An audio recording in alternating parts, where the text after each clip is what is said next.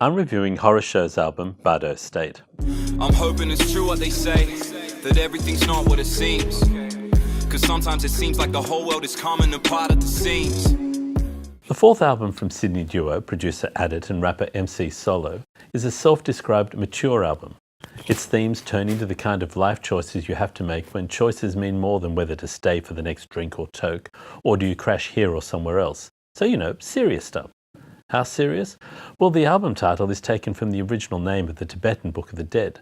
Popular source material in Western music, of course, since John Lennon sang, "I know what it's like to be dead." As such, Solo spreads his interests widely from sex, not previously a regular topic of horror show conversation, and the tricky state of denial Australia lives in with racism, a regular topic of horror show conversation, to the value of living at all if you're not contributing beyond knowing how to make a spare million. But let's put him aside and check out Addit, because Bardo State is a 64-minute advertisement for his maturity. There's expected space and echoey moments in Australia and the claustrophobic ceiling fan, but take note of the rich tones he's given Solo's voice in How We Get Down, while some New York disco sneaks in the background. Or the pop richness of Never Say Never, where I swear there's actual twinkling. Then there's After Dark, where Hayley Mary of the Jezebels offers a sweet chorus with a slow suggestion of tension in the airy background that shifts focus about 2 minutes in when everything else drops out but that echo chamber. It's immediately sharpened and tension is high without any need to crank it up artificially. And though the song soon switches back into its prettier mode, the point has been made and colours the song thereafter. Maturity comes in more ways than advice on living, taking down of conservative wingnuts, and a recognition that the heart wants what the heart wants. Thanks to Addit, Horrorshow covers those bases and more with Bardo State. Anyone on the same page with me on this, or am I out on the edge again? No. I'm going to agree with you about the production. Addit is just a master of conveying these styles and these moods, and every song takes you to a different place. I just don't know if Solo's lyrics really match it all the time. There's songs that are talking about, the one about the slice of cake. No one eats cake at a party anymore because they're all too busy doing drugs.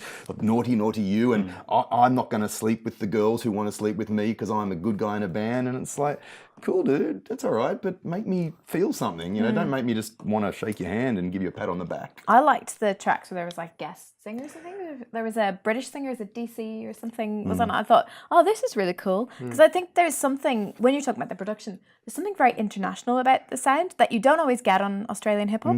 And I really, really like that side to it. But yeah, I did not connect with any lyrics whatsoever. In fact, it wasn't until you pointed out that they were dealing with racism in some of them that I thought, oh, really? Because I think I was too busy listening to the overall kind of musicality of it. It doesn't hit you. They're not lyrics that really connect with you. As you're saying, there isn't that sort of punch, you know what I mean? There isn't that, I actually stopped and looked, and it was Omar Musa who was rapping on one song, and I was like, oh, yeah, okay, now this is, and I sort of, oh, sorry, this is kind of, now I'm sort of feeling something, the lilt that he raps with. I think that there's a difference between the points that these two are at in their maturity. I think Addit has leapt ahead in terms of his skill as a producer and his conceptualizing of music.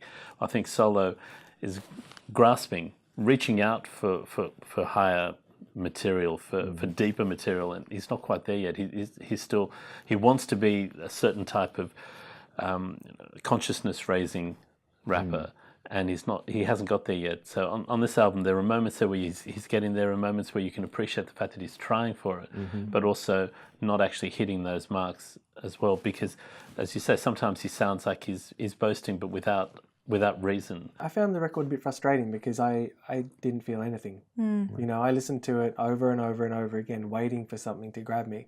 And there were some nice production flourishes, like you mentioned, but there was nothing I hadn't heard before. Lyrically, I've got all the same issues that you guys had. There was just nothing that just grabbed me and said, listen to this. So what did you think? Well, I think it's probably a 3 album, but because Addit really impressed me so much through this, I'm giving it 3.5. Waging a war, ain't from the fringe, speaking my truth to the center of power, warming my hands, burning a bridge. Give me the anger, I turn it up louder, see.